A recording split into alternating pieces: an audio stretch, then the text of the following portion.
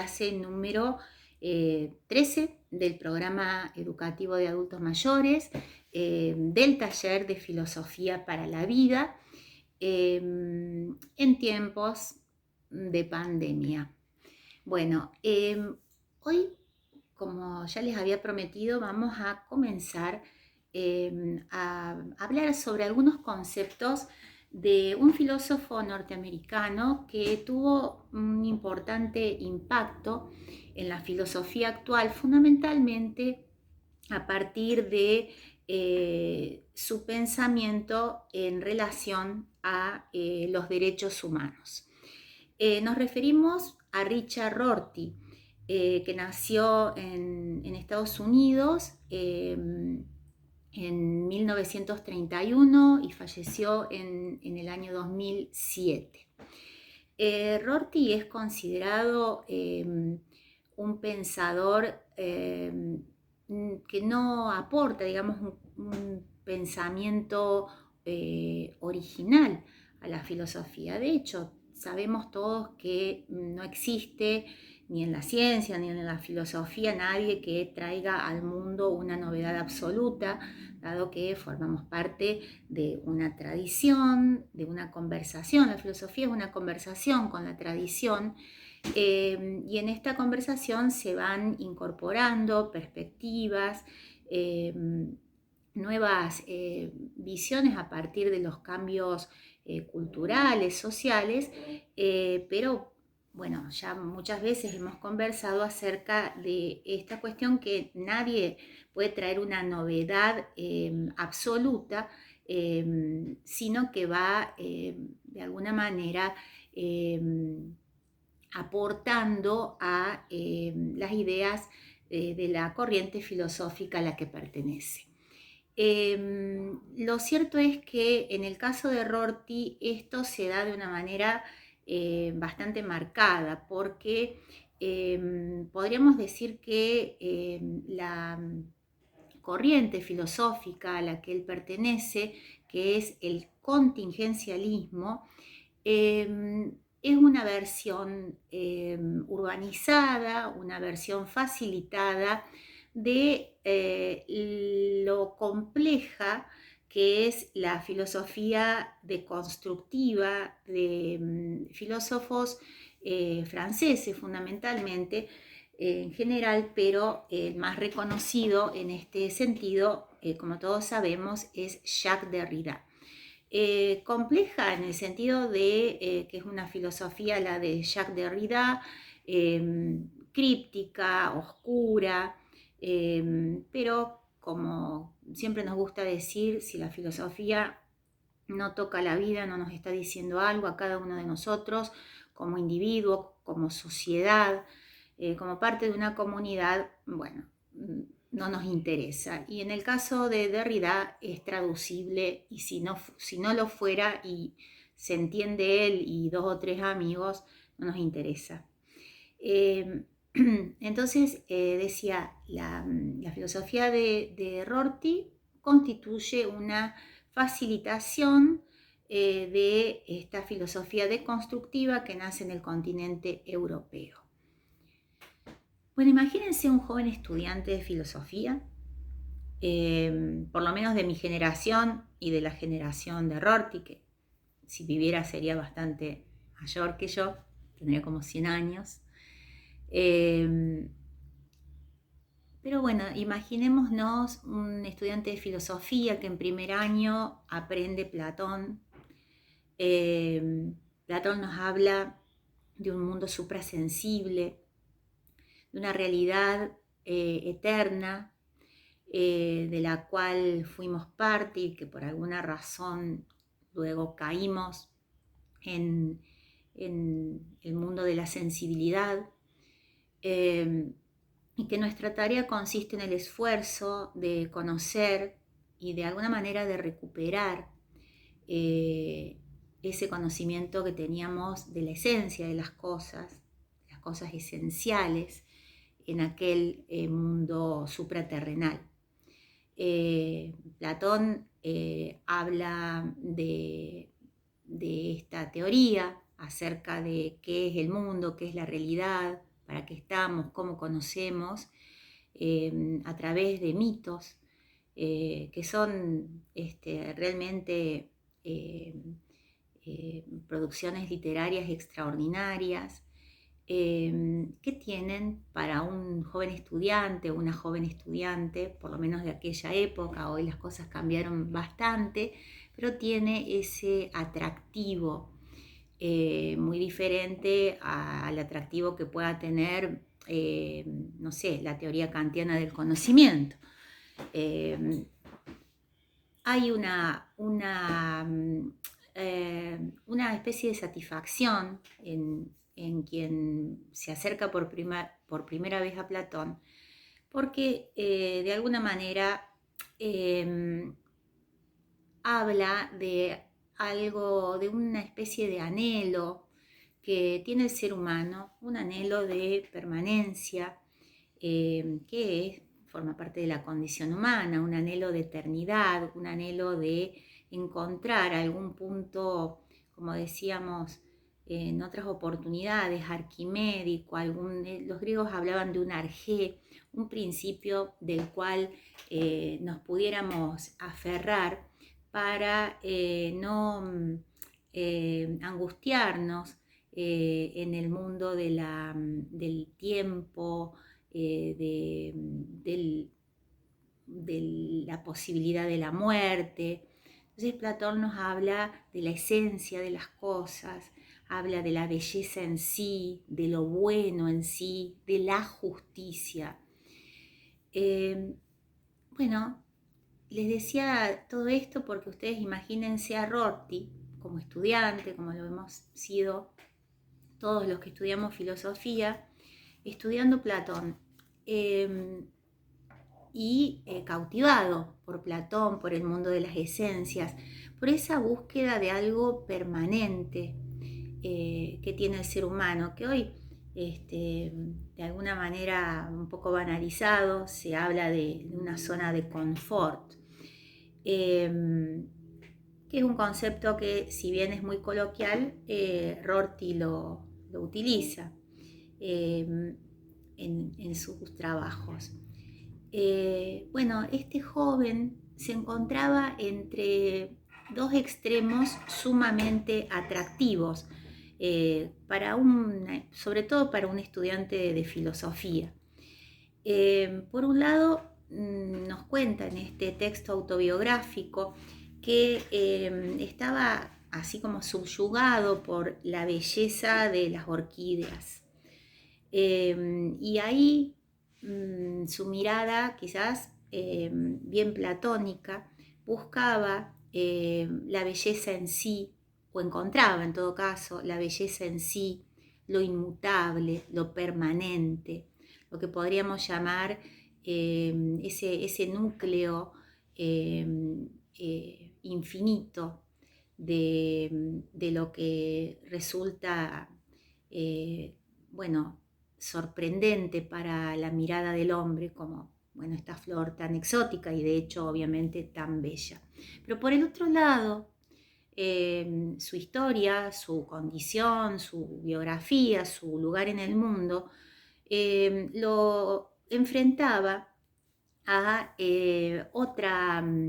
realidad sumamente atractiva, también para los jóvenes, que es la transformación de la sociedad, que es la transformación social. Y nada más y nada menos que a través de la figura de Trotsky. Trotsky es igual a revolución permanente. Entonces, él cuenta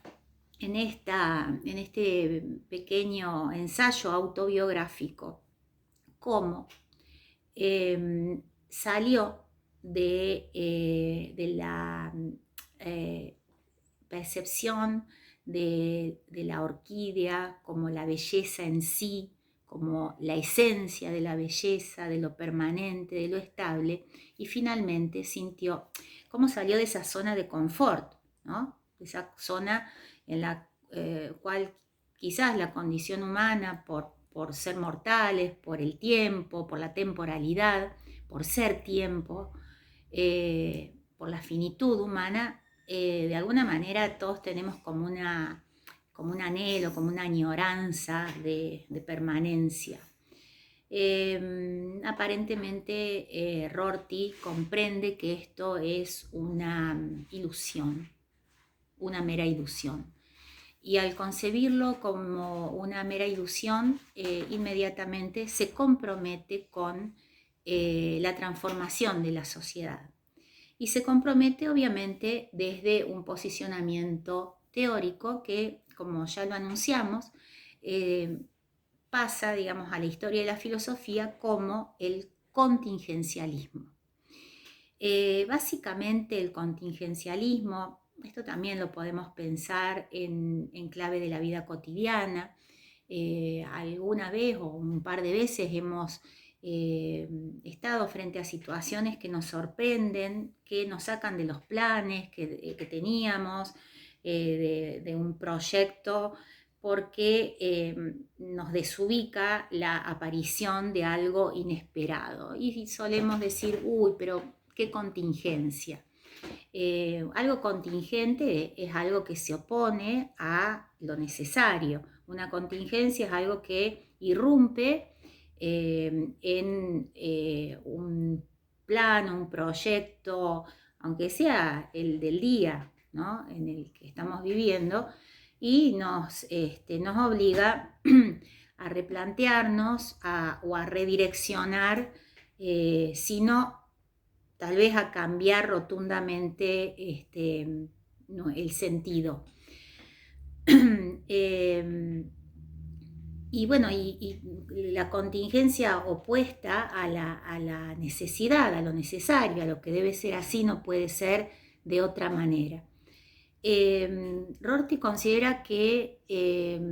o parte, digamos, del supuesto de la contingencia del mundo de la vida. O sea, el mundo de la vida no es algo rectilíneo,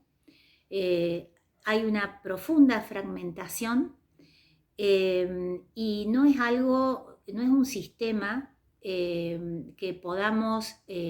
prever, que podamos... Entonces hablábamos de qué es lo contingente, qué es la contingencia, es ese algo inesperado que de pronto nos asalta dentro de un proyecto, de un plan que no necesita ser algo tan ambicioso, puede ser el plan que teníamos para el día, e irrumpe y de pronto nos descoloca, nos desorienta. La contingencia, lo contingente frente a lo necesario es aquello que tiene que ser así y no puede ser de otra manera.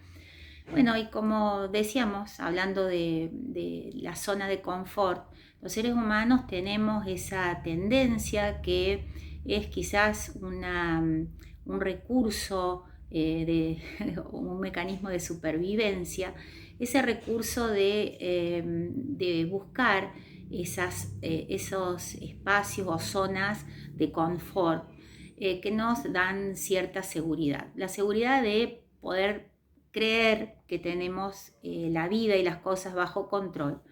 cosa que un filósofo como Rorty o cualquier filósofo de este tipo de corriente deconstructiva o contingencialista nos dice justamente que esa es una ilusión, es una fantasía del ser humano, porque la realidad es contingente. Que la realidad sea contingente significa justamente que fluye, que acontece, que no hay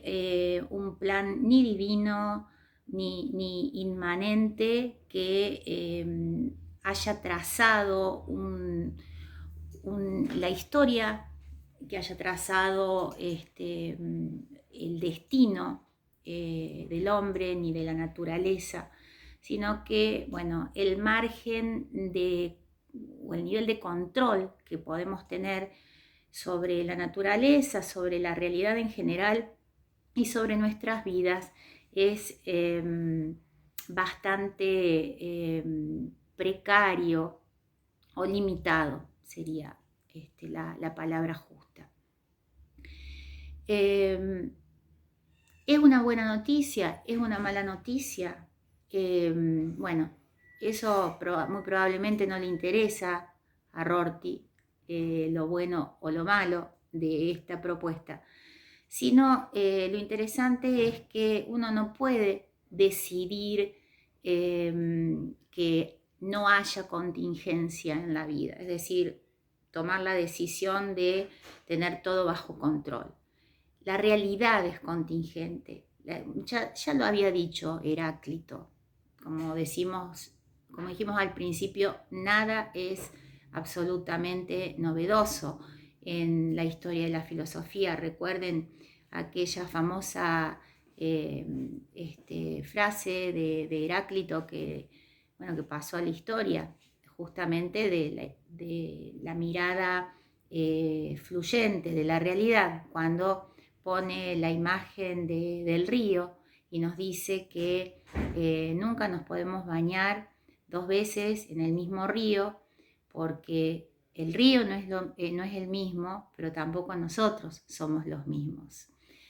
Y básicamente yo diría que en esa imagen está contenida toda la filosofía de Richard Rorty. Como es de esperar, yo les diría que más que una propuesta filosófica,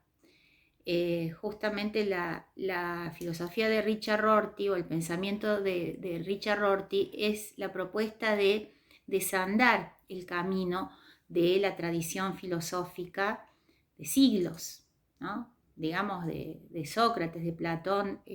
hasta la actualidad. Quizás lo que rescataría a Rorty sería esa etapa llamada prefilosófica, que es la etapa mitológica, que en los manuales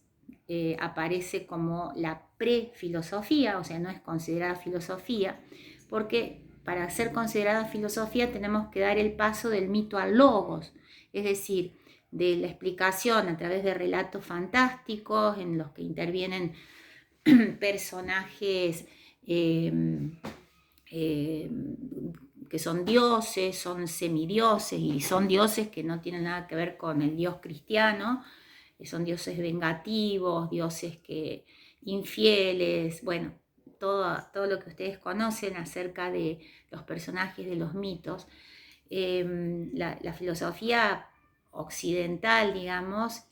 parte del momento en el que justamente, como les decía, se pasa del mito al logos, y el logos cumple ahí un rol fundamental que tiene que ver con proponer distintos sistemas, distintas teorías, para explicar la realidad de manera racional. Según Rorty, todas esas explicaciones que van desde los griegos hasta entrado, digamos, el siglo XX, son explicaciones en general de un orden metafísico, es decir, explicaciones de la realidad que necesitan de un principio, como decíamos hace un rato, trascendente, que esté fuera de la realidad, pero que al mismo tiempo esté explicando la realidad. Muchos filósofos sostuvieron que la realidad sensible, el mundo de la vida, no se puede explicar desde el mundo de la vida mismo, o sea, desde lo sensible. Tenemos que proponer algo que esté fuera. Y ese es les diría yo, el punto neurálgico que nos hace comprender la filosofía de Rorty, porque es una deconstrucción justamente de esa tradición. Deconstrucción en el sentido riguroso y estricto de negar que exista algo así como la esencia de las cosas. Si nosotros hablamos de que las cosas tienen esencia, o si ustedes quieren que las cosas tienen una naturaleza, estamos hablando de una inmutabilidad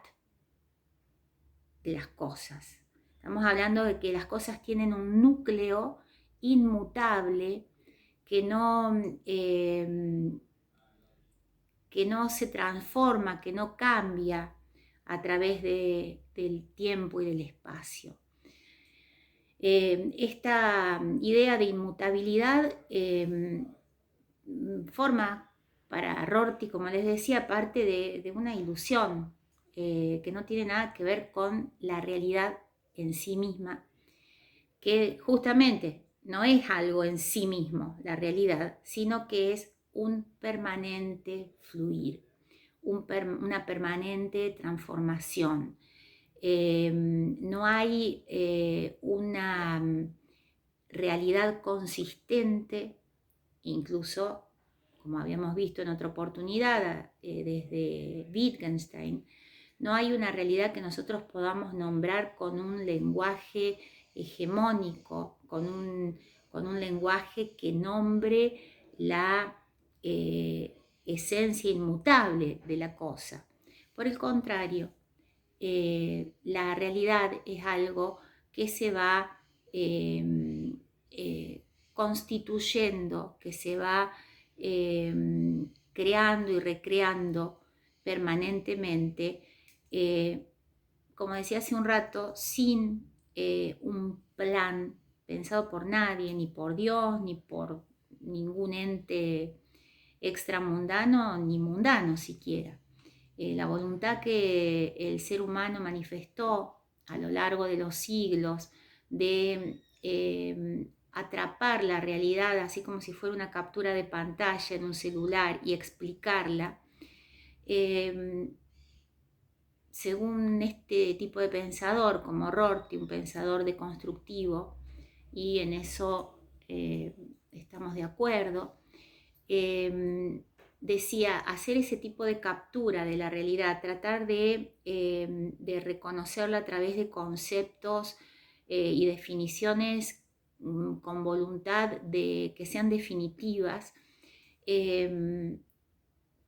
peligroso desde el punto de vista, tiene un riesgo muy serio desde el punto de vista ético y político.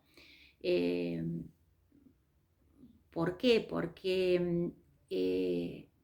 este tipo de teorías esencialistas, este tipo de teorías que conciben que la verdad es una y que todos debemos reconocerla y que por lo tanto debemos actuar y organizar nuestra vida, nuestra existencia y nuestra sociedad en torno a esa verdad, que a veces puede ser una verdad revelada o a veces puede ser una verdad que se trata de fundamentar racionalmente, pero desde cierto punto de vista, desde ciertos supuestos,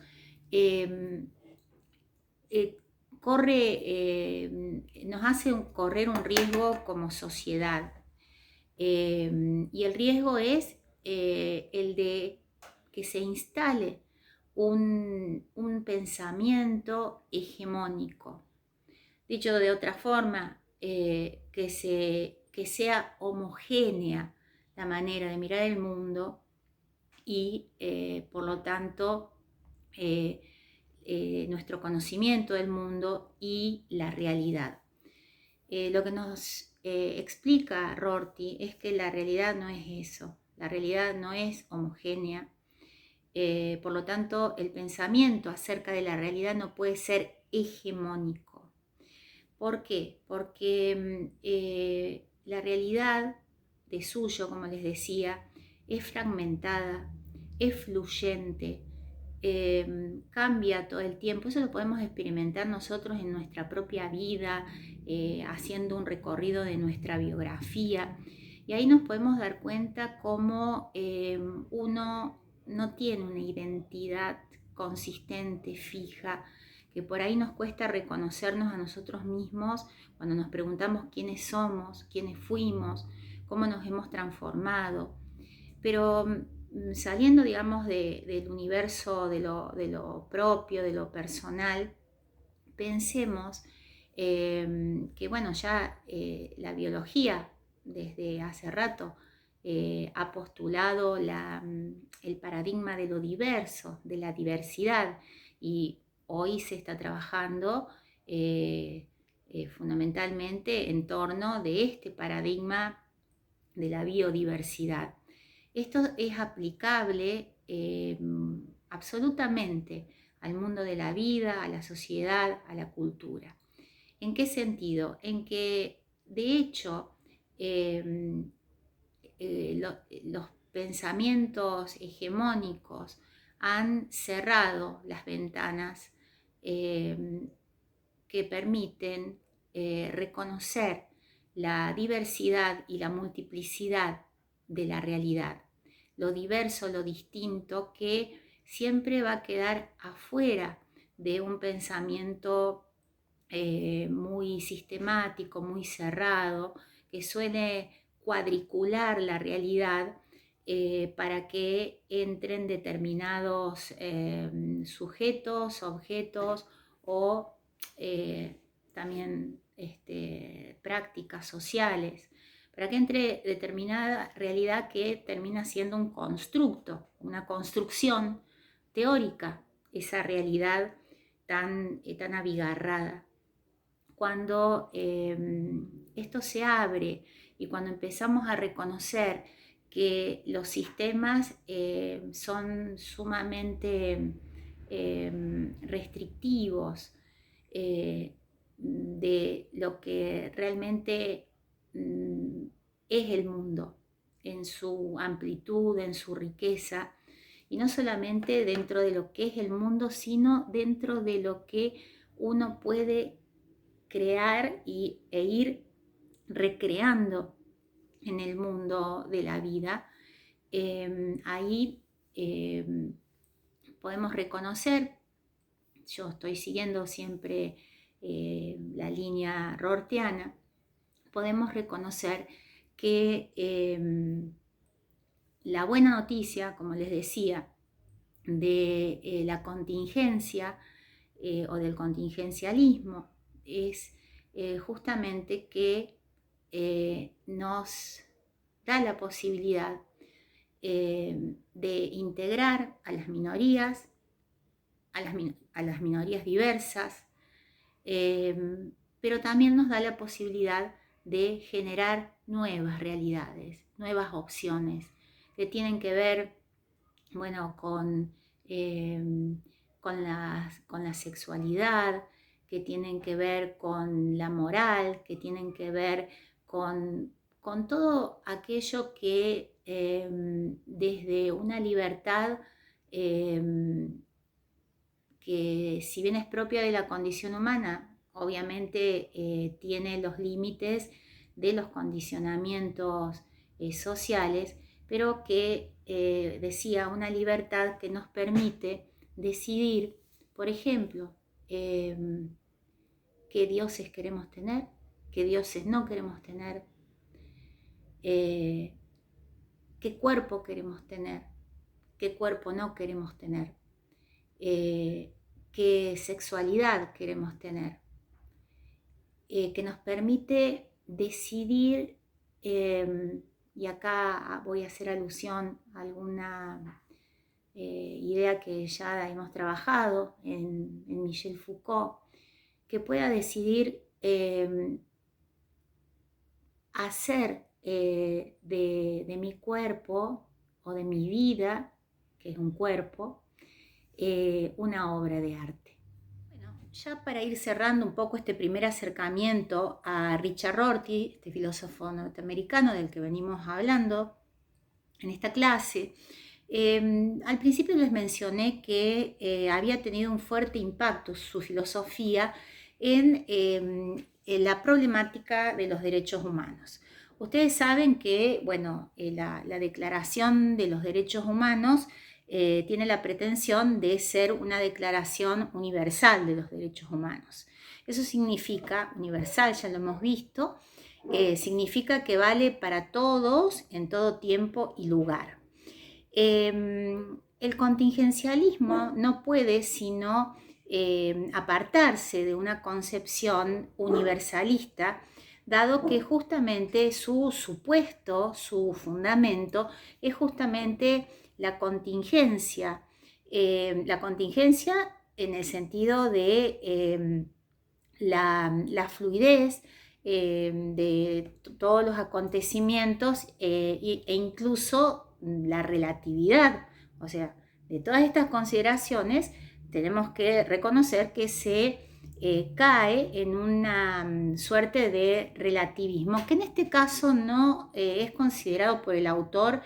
negativo, sino bueno, como una como parte de comprender, lejos de la metafísica y lejos de la tradición filosófica occidental, decía, es como parte de comprender que la realidad es algo fluyente, en permanente movimiento, en permanente transformación, y que no hay nada, ni siquiera los derechos humanos, que puedan concebirse como universales, como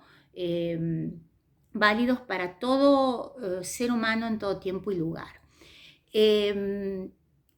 Obviamente que aquí se abren las aguas porque nos pone a todos, a toda la comunidad humana, en una situación delicada cuando estamos frente a situaciones en las que se nos interpela para que juzguemos si un hecho bueno, está a favor o en contra justamente de la dignidad humana en la cual se basan las declaraciones de los derechos humanos. Lo cierto es que hay, como decía, un fuerte relativismo que de alguna manera Rorty considera positivo, porque esto nos permite ir revisando los derechos en general, ¿no? La cuestión de las verdades, la cuestión de los valores, nos permite ir revisando a medida que la sociedad se va transformando, que va creyendo en otras cosas o va dejando de creer en otras cuestiones. Yo, por ejemplo, les quisiera leer uno de los derechos que figuran en esta declaración, que hablan sobre la familia. Y dice algo así como que la familia es un derecho, es un elemento natural y fundamental de la sociedad y tiene derecho a la protección de la sociedad y del Estado. Bueno, todos estaríamos de acuerdo que sí, estamos en una situación en la que tenemos una familia, digamos, tradicional, digamos, constituida como habitualmente se consideraba a la familia como como la célula de la sociedad. Bueno, todos estaríamos de acuerdo en que en caso que tengamos una familia de tal naturaleza, de tal tipo, el Estado, por supuesto, tiene la obligación de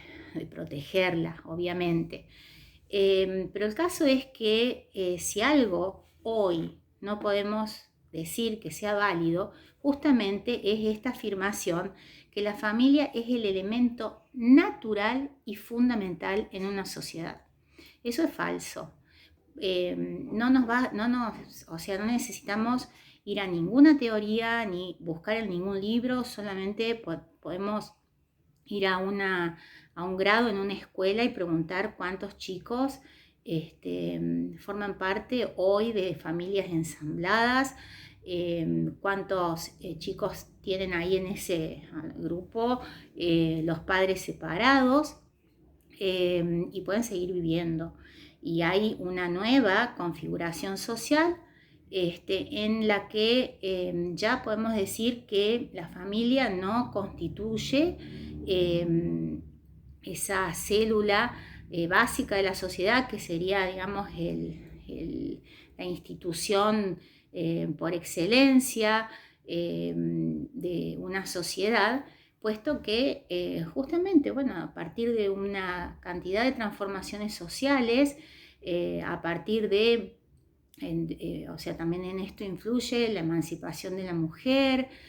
bueno, hay una serie de fenómenos sociales y culturales que nos han puesto frente a esta situación por la cual,